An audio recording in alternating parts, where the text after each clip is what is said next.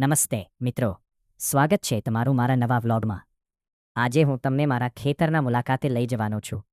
અહીંનું વાતાવરણ અને અમારી દિનચર્યા એટલી શાંતિ ભરેલી હોય છે કે તમને પણ મજા આવી જશે. તો ચાલો જોઈએ. જુઓ, આ અમારા ખેતરનો એક ભાગ છે જ્યાં અમે ડાંગર રાઈસ રોપેલી છે. અને આ બીજા ક્યારામાં જુઓ, અહીં મારી નાનીએ ખાસ જ્વાર રોપી છે.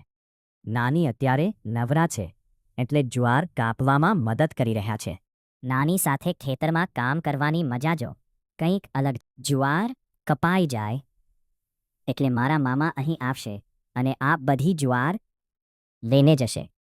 ખેતરમાં દરેક વ્યક્તિ એકબીજાને મદદ કરે છે.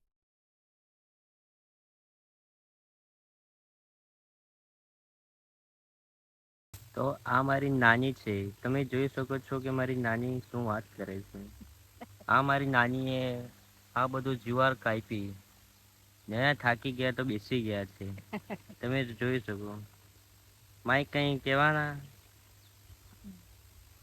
બેટા, એ દિવસો તો બહુ કઠણ હતા. ખેતરમાં કામ કરતા કરતા અચાનક પગ લપસ્યો ને એવો અવાજ આવ્યો કે મને ખબર પડી ગઈ કે હવે પૂરું થઈ ગયું.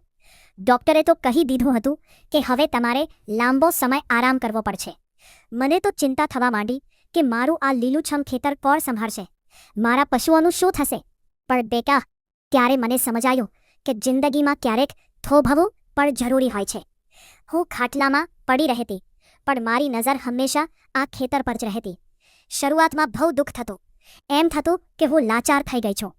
પણ પછી મેં વિચાર્યું કે પગ ભાંગ્યો છે, હિંમત નથી ભાંગી. મેં ધીરે ધીરે લાકડીના ટેકે ચાલવાનું શરૂ કર્યું.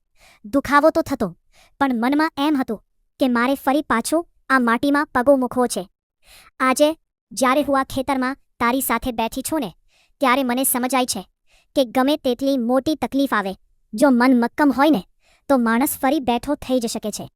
આ પગ તો સાજો થઈ ગયો, પણ એ સમય મને જે ધીરજ શીખવીને એ જ મારી તાજનની વિતુણે 20 વર્ષ 21 વર્ષ તો માણે 21 વર્ષ માણે પામુડી દીધું તે કામ કરે.